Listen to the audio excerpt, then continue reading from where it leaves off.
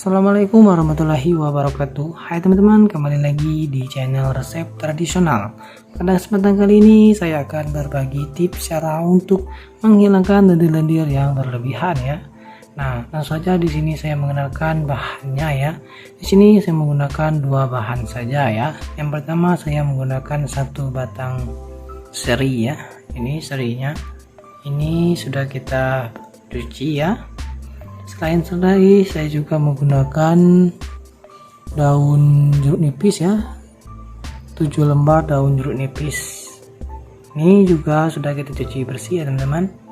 Dan di sini menggunakan air bersih sebanyak 250 ml ya teman-teman. Oke teman-teman, bagaimana cara pembuatannya? Silahkan teman-teman simak video saya selengkapnya.